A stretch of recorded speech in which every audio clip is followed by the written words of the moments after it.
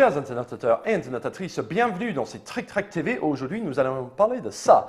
Aleakala, je l'ai bien prononcé, Monsieur Faisal. Monsieur Faisal, messieurs, dames, de Philosophia. Philosophia France, bien sûr. Oui, oui. Pour nous parler de ce jeu-là, un jeu à l'allemand. Originalement par Feuerland, c'est bien ça, repris par Zedman et donc par Philosophia pour une édition multilangue. Donc voilà, anglais, français dans la boîte. Feuerland, pour ceux qui sont adeptes des jeux à l'allemande, c'est ceux qui ont fait Terra Mystica. Voilà. Ah, ben voilà. Pour identifier un peu plus les choses. Donc c'est un jeu pour 2 joueurs, seulement 2 joueurs. Assez rare pour des jeux à l'allemand. Je trouve après. Il y en a très peu, mais en général, c'est plutôt Cosmos d'ailleurs, dont on fait souvent les traductions ici, qui fait des jeux à 2. Voilà.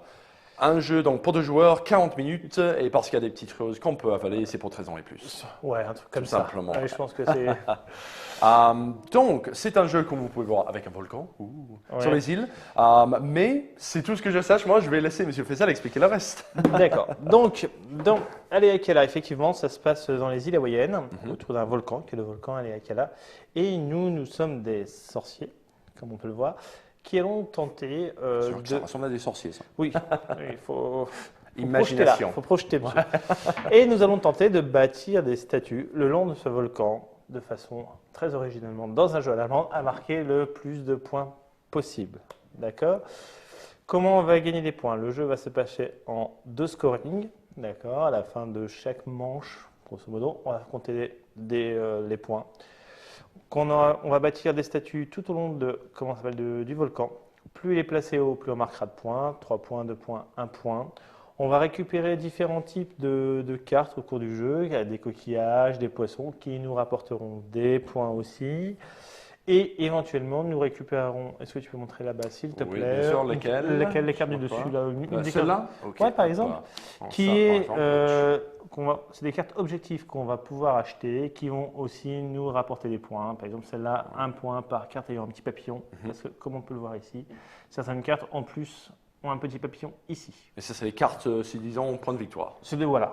Ça, c'est les objectifs qu'on peut récupérer. Ça marche. D'accord. Et il y en a 5 de ça à récupérer pendant la partie. Il y en a 5 à récupérer qui seront remises en jeu pour la deuxième manche. C'est-à-dire qu'on va scorer ma première manche. Je vais marquer, si j'ai des objectifs, je vais marquer les points et retourneront là-bas et je pourrai en acheter celle-là. J'imagine qu'on reviendra sur comment on obtient ces cartes-là, mais vite pour revenir là-dessus. Il y a aussi des cartes, je vois, avec des noix. Et j'imagine ça, ça correspond au prix qu'il faut payer. Ah oui, c'est quoi? Je dis moi. Bon, enfin, des noix. On comprend tous. Alors, dans Aleakala, on a donc le matériel Activity Statue, des jetons numérotés ici et un petit jeton sur lequel je reviendrai par la suite. Avec du lave dessus. Voilà, avec de la lave. Parce qu'effectivement, ce volcan va rentrer en éruption, ce qui est sinon, c'est pas marrant. Sans poser des soucis. Donc, première chose que je peux faire, à mon tour de jeu, je vais faire une action parmi 3.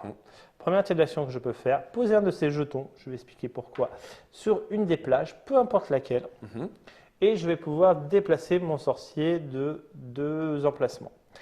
Alors, ça peut être quoi?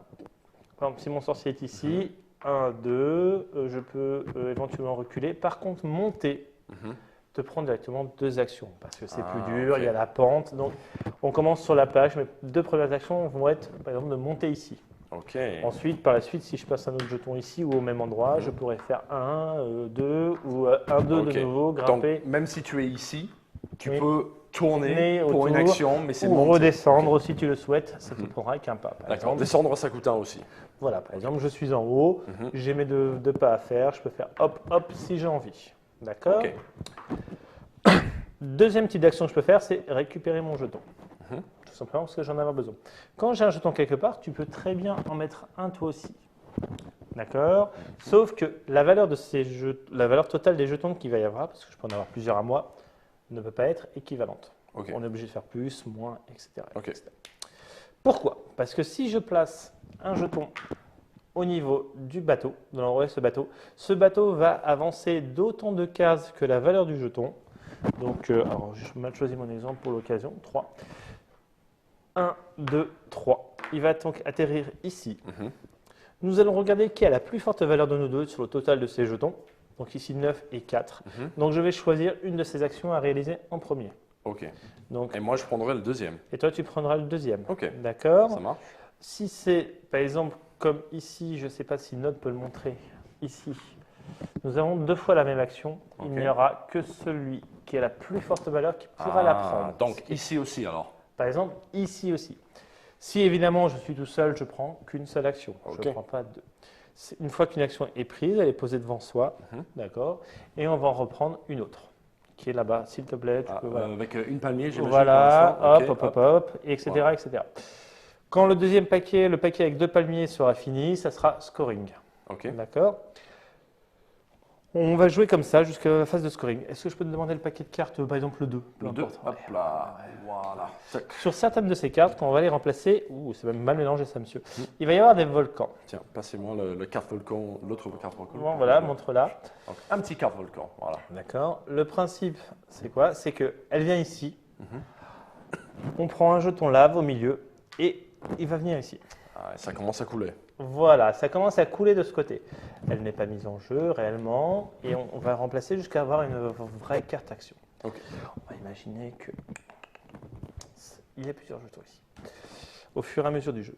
Les actions, quelles sont-elles? On va montrer un peu de tout.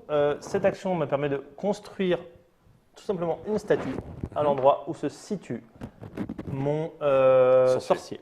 D'accord. Alors évidemment, s'il y a déjà une statue à moi, je ne peux pas en construire une. Une statue à toi, je ne peux pas en construire une. Les statues ne gênent pas non plus les déplacements. Je vais la mettre là pour l'exemple.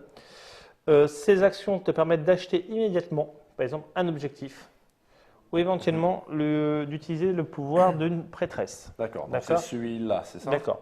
Le pouvoir des prêtresses donc, consiste à faire bouger cette lave, à prier les dieux de façon à ce que cette lave, par exemple, coule ici au lieu de là. Sur ton statut. On va voir. Ça, tout simplement, ce sont des poissons. Donc ça, hop, les poissons. Quand même. Donc ça, c'est les poissons. Les poissons, en fait, ne servent à rien tel quel. C'est tout simplement celui qui aura le plus de poissons au moment d'un décompte, il gagnera 3 points. Ok, d'accord. Ensuite, tu as les coquillages de 2 types. Donc ça, on a vu tout à l'heure. Tu as les perles. Une perle blanche, c'est 1 point. Une perle noire, c'est 2 points. Mais les deux vaut 4 points. Et voilà. tu as un petit symbole papillon aussi. Qui est un peu pour l'objectif papillon, très exactement. Ok. Pof, on arrive à la fin de la pioche numéro 2. Scoring. Avant d'utiliser un scoring, on a le droit d'utiliser ça. Pour éventuellement, dans l'ordre du tour, ça c'est la carte qui te permet d'aller acheter des compétences. Éventuellement les objectifs. En sachant que soit tu peux les acheter immédiatement, mais tu peux conserver parce que certains valent 2. Donc, on peut mais normalement, une action s'utilise tout de suite au moment où on la fait. On n'a pas le droit de dire je garde ma carte construction pour la faire plus tard. Sauf qu'avant le scoring, surtout la lave va couler. Donc, cette lave, elle va venir ici. 1, 2. Donc, ma statue sera détruite. Tristesse éternelle. Tristesse. C'est surtout qu'elle ne me rapportera pas de points. Donc, on fait le scoring. Et on continue comme ça jusqu'à ce qu'il n'y ait plus de cartes là-bas. Ok, les cartes numéro 3 avant le dernier scoring. Et à ce moment-là, quand le bateau s'arrêtera sur un espace où on ne peut pas réaliser d'action, le jeu s'arrête, on fait le scoring et la partie s'arrête. Ok. Ah oui, donc ça peut aller très vite la troisième phase, ça peut aller très vite, ça dépend comment on joue. Si on joue de façon par exemple, je peux décider de très vite finir ou de traîner de façon à amener le bateau dans son endroit des actions. Donc voilà pour l'intégralité du jeu. Il est proposé une variante parce que, comme on a pu le voir, les volcans apparaissent aléatoirement. D'accord. Le principe, c'est qu'il y a une variante qui permet d'utiliser ici les prêtresses. Donc c'est ces jetons-là, c'est ça? Voilà. C'est-à-dire qu'en utilisant les prêtresses, que ce soit celle qui s'arrive en carte de jeu ou celle présente sur le plateau, qui peut être utilisée qu'une fois par manche, à ce moment-là, c'est nous qui allons décider comment se fait les coulées de lave.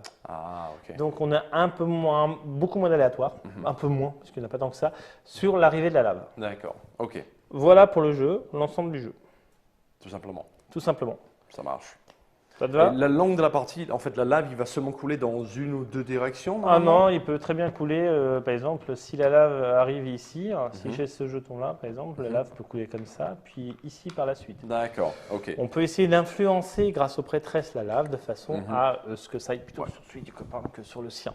Mais c'est pas un jeu où la moitié de la plateau va finir… non, il n'y a que 4 jetons lave, donc quoi qu'il arrive, ça ira pas plus loin. Très bien. Donc, le dernier scoring, je pense qu'on était, c'est ça? Voilà, et le dernier scoring, lui, c'est exactement, ça reprend le même principe. Sauf donc, que les à poissons, les coquillages. Et il y aura en plus des cartes qui n'apparaissent pas au début, qui sont des nautiles. Je ne sais pas si tu peux leur montrer les espèces de coquillages. Donc, on débarrasse de ça.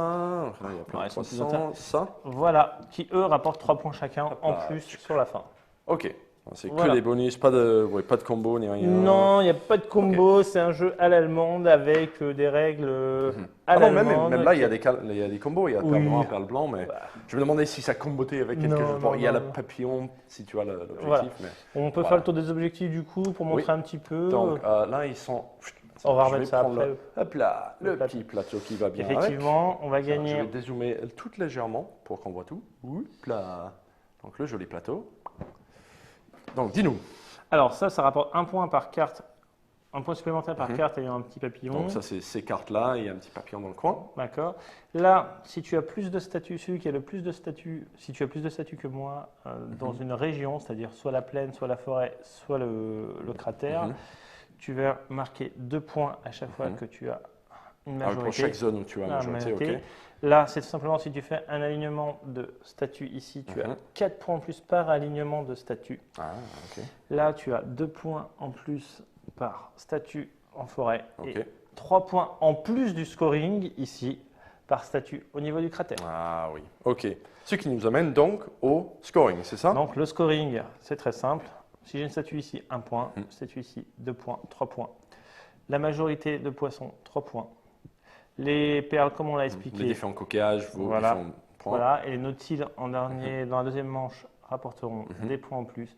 Et effectivement, les cartes ici qu'on remet en jeu. C'est-à-dire que si j'ai cette carte-là, à la première manche, tu vois que j'ai beaucoup de papillons, tu peux décider de l'acheter à ma place pour pas que je l'ai lors de la deuxième manche. Ah, ok. Voilà. Donc tu l'achètes seulement pendant une manche. Tu l'achètes seulement. La première manche, le scoring, tout ça revient.